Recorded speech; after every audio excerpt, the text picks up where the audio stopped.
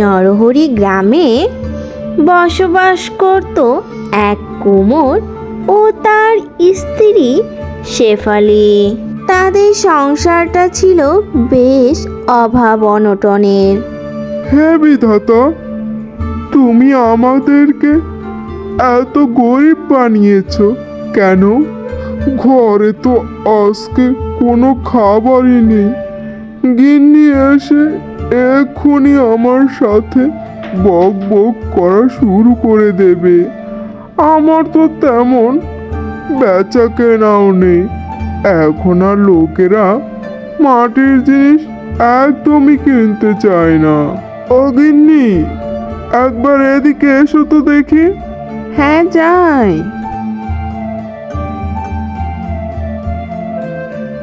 ঘরে চাল নেই, ডাল নেই, কোনো কিছুই। তোমার কি সেদিকে একটু খেয়াল আছে? কি করে সংসারটা চালাই? আমার যে কতটা কষ্ট হয় সেদিকে তো তুমি একবারও খেয়াল রাখো না। ছেলে মেয়ে দুটো সারাদিনই কান্না করতে থাকে খাবারের জন্য। কি করব গিন্নি বলো? আমার তো কোনো কাজ কর্ম কিছুই নেই। আমি এমন এক অপদার্থ বাবা যে ছেলে মেয়েগুলোর মুখে দুমুঠো ভাতও তুলে দিতে পারি না। এখন তো আর দেখো, কেউই মাটির জিনিস কিনতে চায় না। আমি কি করব বলো? আমার তো আর বাপ দাদার অত সম্পত্তি রেখে যায়নি। সেগুলোতে ধান চাষ করব বা অন্য কোনো কিছু চাষ করে সংসার চালাবো। তুমি তো সব সময় এ কথা বলেই পার পেয়ে যাও। আমি লোকের বাড়িতে বাড়িতে গিয়ে কাজ খুঁজি, কিন্তু কেউই দিতে চায় না। তাছাড়া কি করব বলো?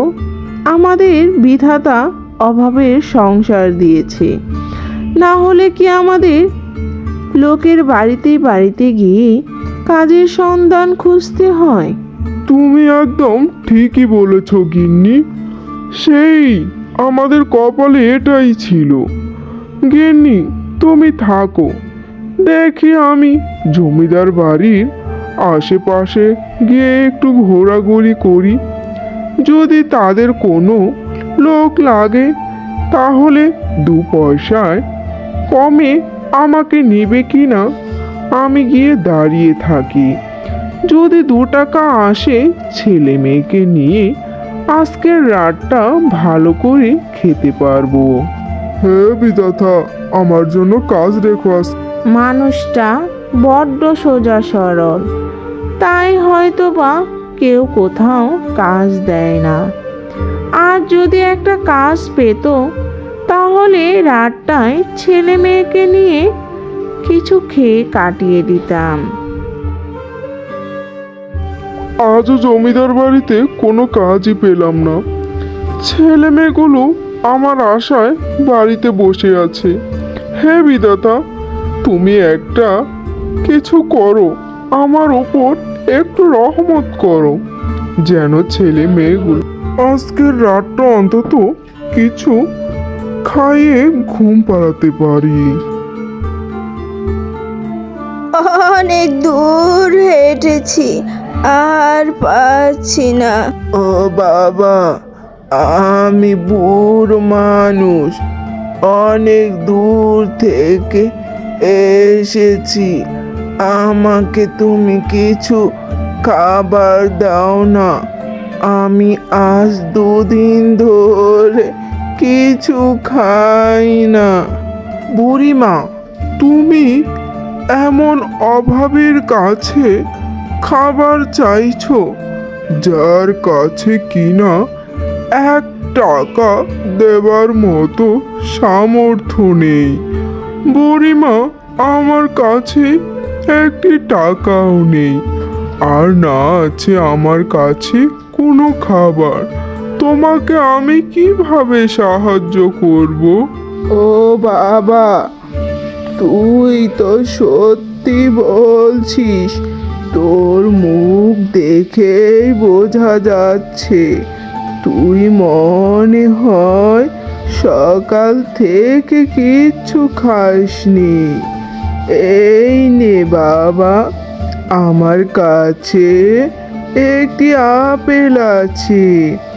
শোন, এই আপেলটি তুই না খেয়ে তুই কোনো খোলামেলা জায়গায় এই আপেলটি রেখে দিস।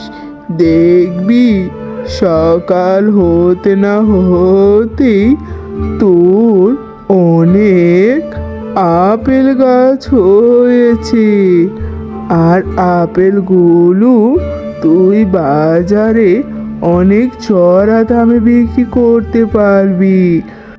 কি বলছো কি বুড়িমা? সত্যি? তাহলে তো আমি এই আপেলটি নিয়ে এক্ষুনি যাই গো বুড়িমা, তোমার সাথে কাল আবার দেখা করব। ঠিক আছে, আমার সাথে আর তোর দেখা করতে হবে না। তুই এবার থেকে অনেক বড় লোক হয়ে যাবি। বুড়ির কথা শুনে সে তার বাড়ির পেছনের ছোট্ট একটি জমিতে আপেলটি নিয়ে এলো। আর বারবার শুধু বুড়ির কথা মনে পড়ে সে সেখানে আপেলটি রেখে দিল। আপেলটি জমিতে রেখেই সে বুড়ির কথা মতো সব কিছু চিন্তা করতে লাগলো। আর আপেল রেখেই সে চলে গেল তার বাড়িতে। বাড়িতে এসেই সে একাধারে ঘুমিয়ে পড়ল।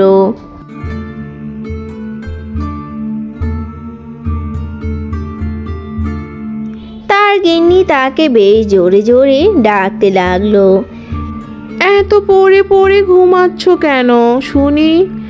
সকাল যে হয়ে গেল, রাতে তো কিছু খেতেই পারলাম না, আর এখনো তুমি পড়ে পড়ে ঘুমোচ্ছ কেন শুনি? ছেলে মেয়েগুলোর মুখে তো কিছু দিতে হবে নাকি? উফ গিন্নি, তোমার কি আর সাত সকালে কোনো কাম কাজ নেই?